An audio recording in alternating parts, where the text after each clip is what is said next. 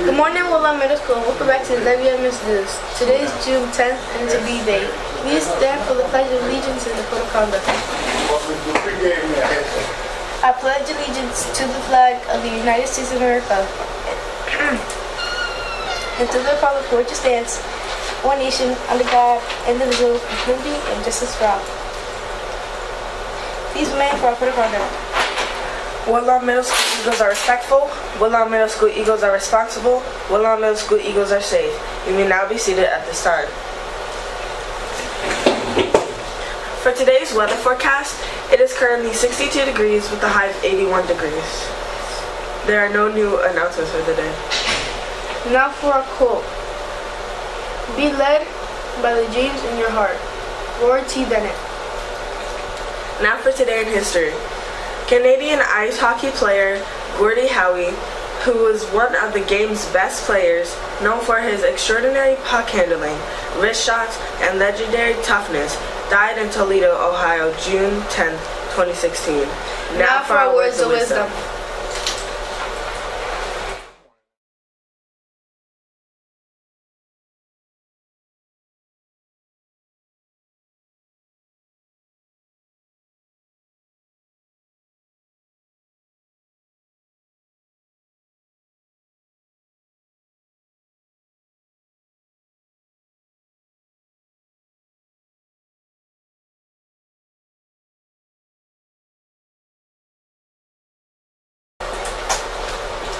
Good morning again, Woodlawn Middle School, and welcome to a beautiful Monday. It is a beautiful day outside.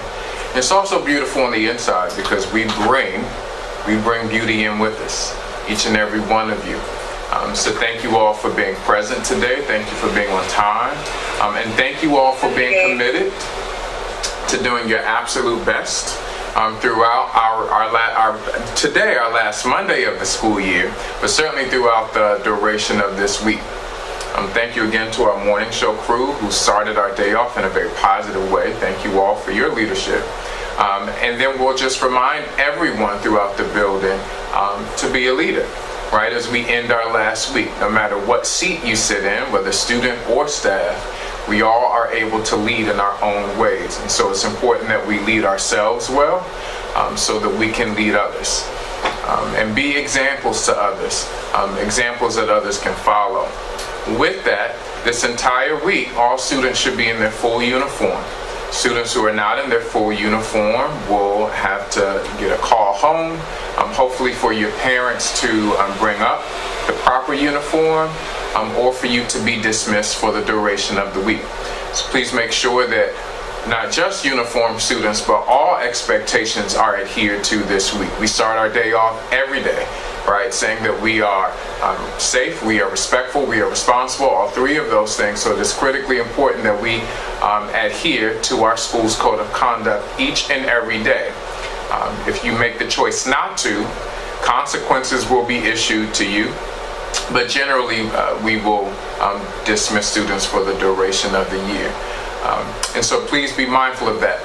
Teachers, if you have not done so already, please take attendance. We need an accurate account of students who are here so that our cafeteria also can prepare for lunch this afternoon. But we want to make sure that we accurately account for students because that is critically important for us to do each and every day. So please do that now, especially prior to us transitioning to our 1B class.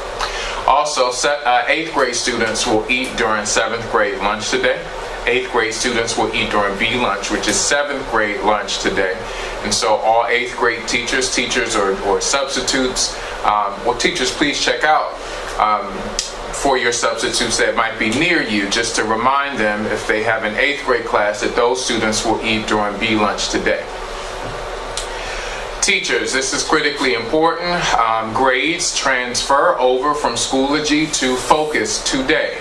And so it is critically important, teachers, that you check Focus because in several instances, the grades or things that transfer over from Schoology just need your review. Sometimes they do not convert as you think they should.